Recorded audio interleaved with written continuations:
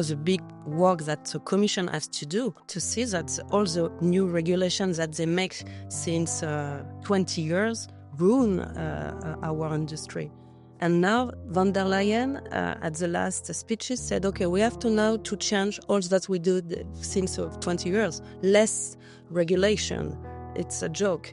So one of the stories is really shaking everybody in Brussels right across the world is Trump's tariff and trade ongoing war. This started with discussions involving Canada and Mexico, who seem to capitulate relatively quickly to Trump's demands, at least on the face of it. But the issue in Europe is going to be, I think, a bit more of a tough nut to crack.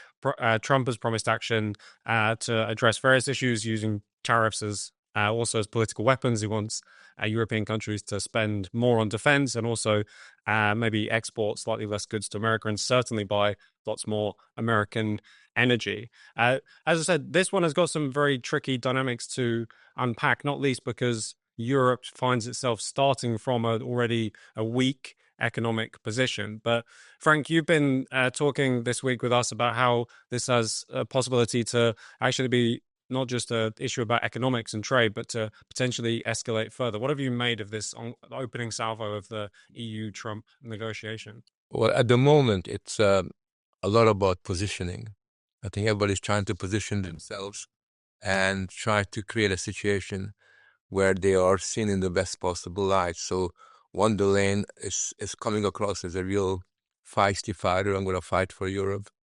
A lot of the European leaders, prime ministers and presidents are claiming that they are able to resist what Trump is doing.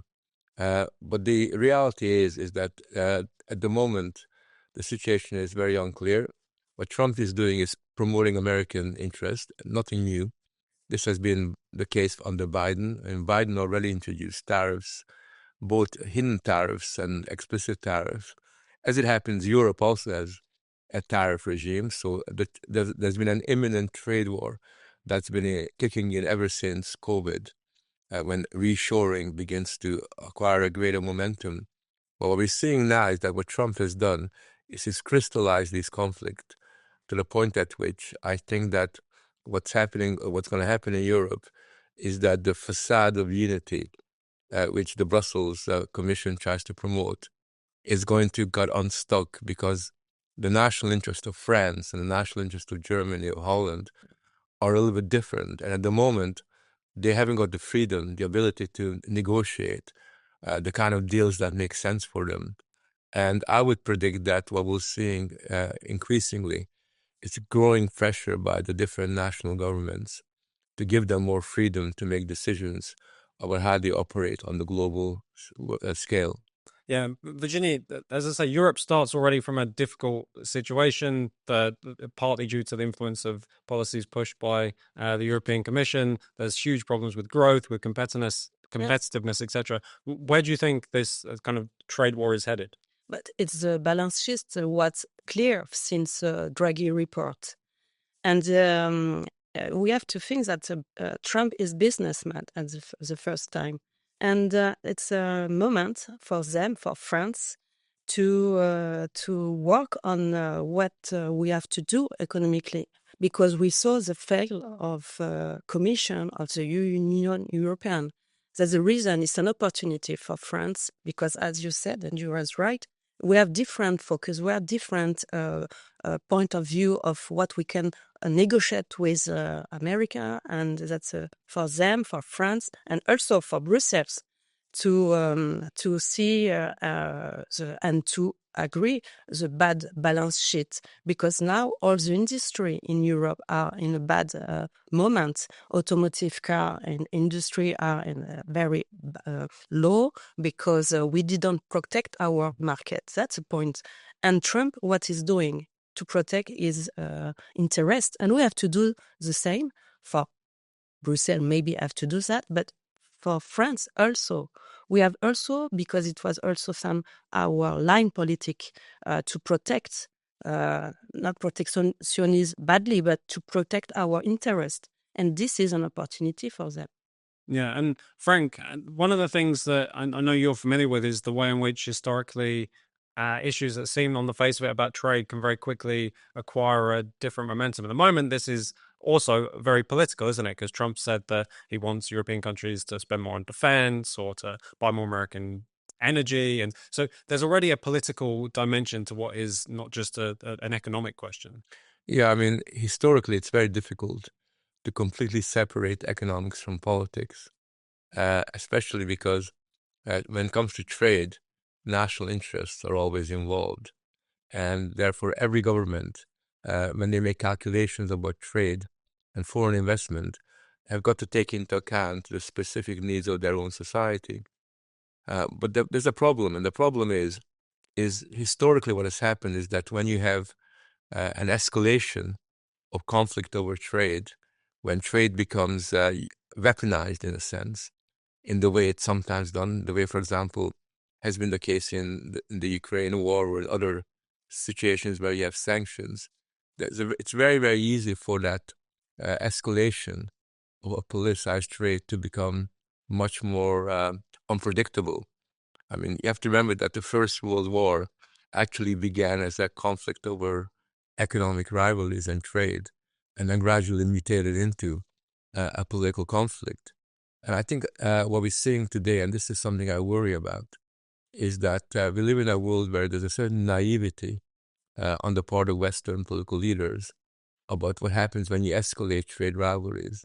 And they don't take into account that at some point, those rivalries, those tensions may acquire a military dimensions. I wouldn't rule that out, because for the first time, when you look at the so-called Western alliance, it doesn't look very much like an alliance. It looks like a coalition of people with very different views on the world. And that is a new development. Since Second World War, this is the first time when the international trade regime, GATT, the World Trade Organization, the World Bank, all these organizations are gradually coming unstuck, and they can no longer regulate the relation between the big economies in the way that they could do in the past.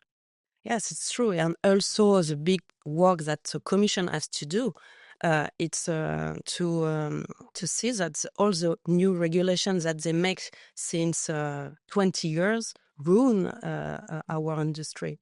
And now von der Leyen at the last speeches said, okay, we have to now to change all that we do since 20 years. Less regulation. It's a joke. And at the same moment, she's continued to make some trade with some foreign country, but despite the farmers, it's Mercosur also in this moment is still on the table on the council. But they are focused on some points. Also, another point, it's election, because it's an agenda, a lot of different election. It will be an impact on the strategy of Commission, because it's not yet finished. It's just the beginning with Trump. It's the beginning of to push another strategy for the Commission. It's an opportunity to make European great again. But as you said, which kind of leaders we can do that? Because now we have to wait the end of the election in Germany, the end of the election in Poland, in Romania, and also it will be the last topic in France, because in France it's a chaos now. That's the reason we don't have yet, in face of Donald Trump, a good negotiator.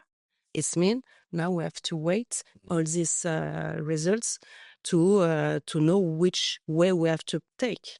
Yeah, and Frank, that's a very important point, isn't it? That these escalating global tensions come precisely at the moment that Europe looks very leaderless and rudderless. And this stems ultimately from the crises within all of the kind of individual nation states that make up the EU. Yeah, I mean, it's interesting. When you look at Europe, what strikes you is that there are no real leaders anymore. They used to say that Macron was very different. He's a real statesman. But Macron has turned out to be an empty, hollow leader who basically comes across as very unconvincing. And when you look at Germany, you look at Holland, all these places, you find that you got these very great technocrats who are, in a different world, they would be bank managers rather than political leaders, but somehow they got on top of the chain, and they are not in a position to play hardball with Trump or with China for that matter. We haven't talked about China, but the Chinese leaders are operators. They're serious players.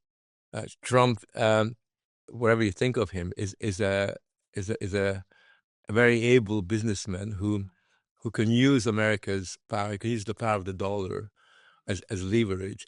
Europe has got a problem because the only growth industry in Europe, as Virginie said, is that of regulation. That's the only thing that Europe is very good at, that more and more regulation all the time, and trying to impose that on the rest of the world.